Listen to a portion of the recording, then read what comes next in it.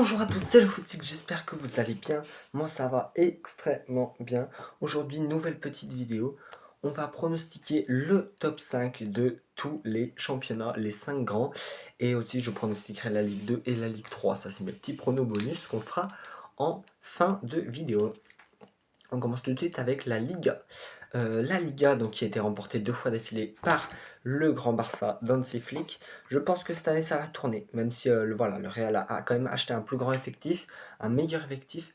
Je ne sais pas s'ils iront gagner la Ligue des Champions, mais je pense que la Liga, ils iront la gagner, en tout cas, parce que je pense qu'au bout de 2 ans, ils vont en avoir marre. Voilà. Surtout même si Mourinho, peut-être, ils ne gagnent pas la LDC, la Liga, pour moi, c'est à eux. En deuxième position, le Barça, voilà, qui sera pas très loin, ça va être serré à mon avis. En troisième position, l'Atlético de Simeone, toujours troisième, même si l'année dernière ils ont fait quatrième derrière Villarreal. Je pense que cette année il y a une belle équipe avec notamment Lee Kangin et des gens comme Alex Baina. Voilà, ils ont gagné leur premier match, donc c'est plutôt pas mal, une bonne dynamique. En quatrième position, je verrais bien le Villarreal, voilà, qui n'a rien perdu avec Mikotadze, Nicolas Pepe, toujours aussi bon, pas loin derrière. Et en cinquième position, le Real Betis, voilà, qui fait son retour dans le top 5, notamment avec une grande saison d'Anthony. Je pense que ça devrait être plutôt ça en Ligue 1, en Ligue 1, la hiérarchie qui devrait être respectée. En première ligue, là on s'attaque à un sujet très très difficile. En première ligue, honnêtement, moi la première ligue, j'adore, je suis fan du championnat évidemment, je suis fan de Manchester United. L'année dernière, c'est Arsenal qui a gagné, City, United en troisième position. Cette année, City qui a un nouveau coach, on l'a vu, ils ont perdu 3-0 contre Arsenal en finale de Community Shield. Voilà, c'était dur avec Enzo Maresca. Après Arsenal qui part d'une super dynamique non plus. Donc pour moi, rien que pour moi, United va gagner la première ligue. Deuxième, ça sera Arsenal, a vraiment pas grand chose. Troisième, Manchester City, parce que voilà, il manque ce petit truc avec Enzo Maresca qui va peut-être arriver dans le futur. Quatrième, un retour pour moi, ce sera Chelsea. Très intéressant, le jeu de Xabi Alonso, des joueurs comme João Pedro et tout qui sont en très très bonne forme.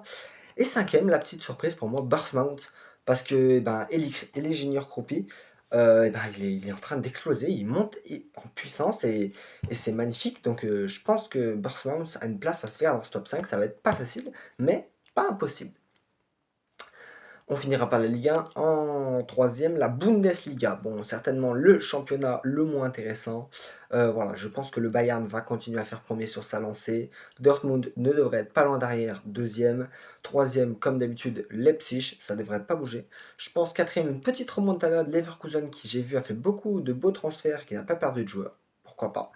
Et cinquième, Stuttgart aussi, qui ont fait quelques achats intéressants, donc pour aller se glisser dans le top 5 de Bundesliga.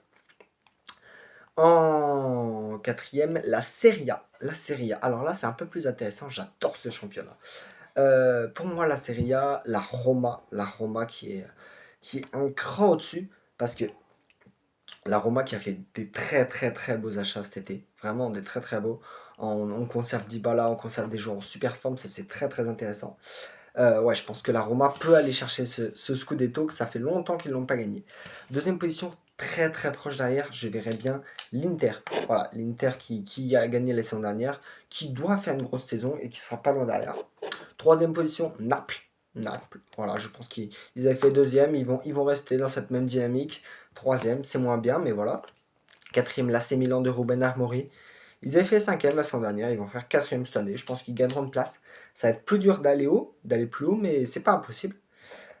Et en cinquième position, la Juventus de Turin, qui pour moi ne fera pas mieux que le top 5. Hein. Ça va être très très difficile pour mes amis turinois. Et le dernier championnat, la Ligue 1.